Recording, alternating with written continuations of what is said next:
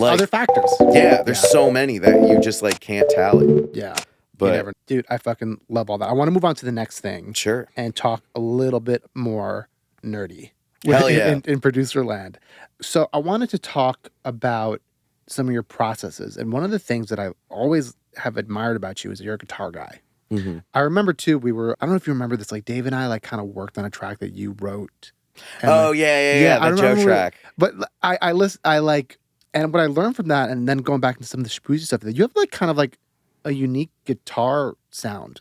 Oh, thank you. That you like to do. But what's your normal kind of guitar process for when you're producing out stuff? It really kind of depends. And it's kind of gone in eras, but I think I'm just like dope parts. Like I want like a part by itself to have like character and vibe. Yes. Like, and almost be like, okay, this is like a dope post-melody guitar, but like, does it by itself make me think of like a whole movie or something? And I like the idea of like weaving only that level of part into a production with like, yeah, obviously limited ideas, but then, yeah, I feel like that's a big part of it. It's also like, I'm just big on like, I don't know, like just riffs, just like catchy shit and going around with chords. I also spent a really long time not producing, but playing guitar, and almost like when I was in high school, I was like reverse engineering pop songs and figuring out how to play like whatever melodies as I'm playing the bass root.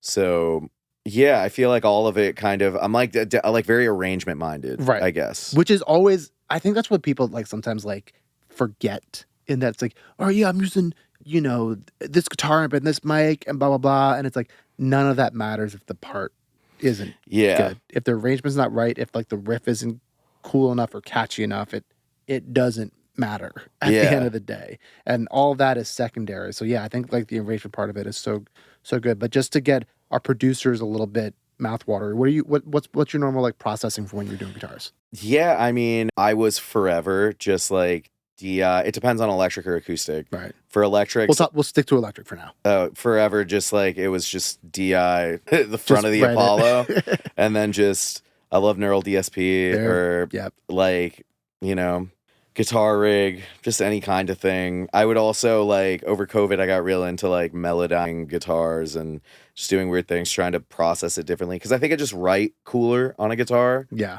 and then the rest of it, I'm just seeing kind of what I can get out of it. But electrics are a blast and so much easier, in my opinion. Oh, yeah. I mean, it's especially like in a session where it's like, I don't have to tell everyone, like, shut the fuck up. I got to record this. Oh, yeah. It's you know what I mean? With like an acoustic, it's like, let me just put this down.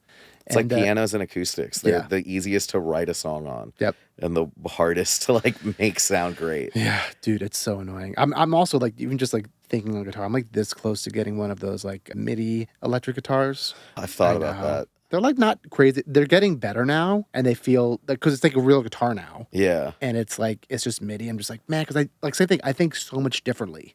Yeah. Because I'm a piano player first, but when I'm playing guitar, I'm just like, nah, I'm doing very, very different things. Even for like bass lines, I'll actually play it on bass a lot of the time, and then you can do this in many DAWs. I'm in Pro Tools when I do this, but just like taking my bass line and just like making it MIDI, like things like that, I just find so yeah useful. No, I mean that's definitely. I should consider the MIDI guitar. Dude, if like that's how you write best, like I think you should.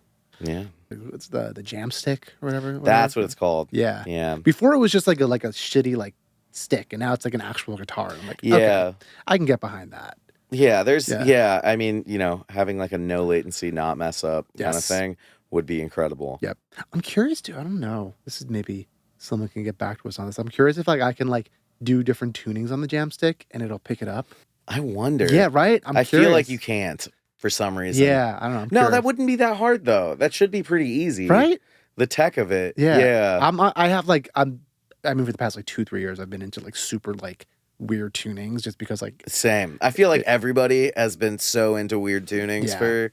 I think it just gets like everyone excited where it's like they're so used to hearing guitar chords one way, and then I like tune the guitar where they're like, whoa, what's that? And it's like, oh, I feel like honestly, like it's rough out there for live musicians right now because everything is like some kind of weird tuning where there's so many things that I realize I've like tuned my guitar to one specific thing that I couldn't tell you what it was. No. Or it was in like E flat already, and then I like put it into drop D, but then like tuned one thing down. Yeah.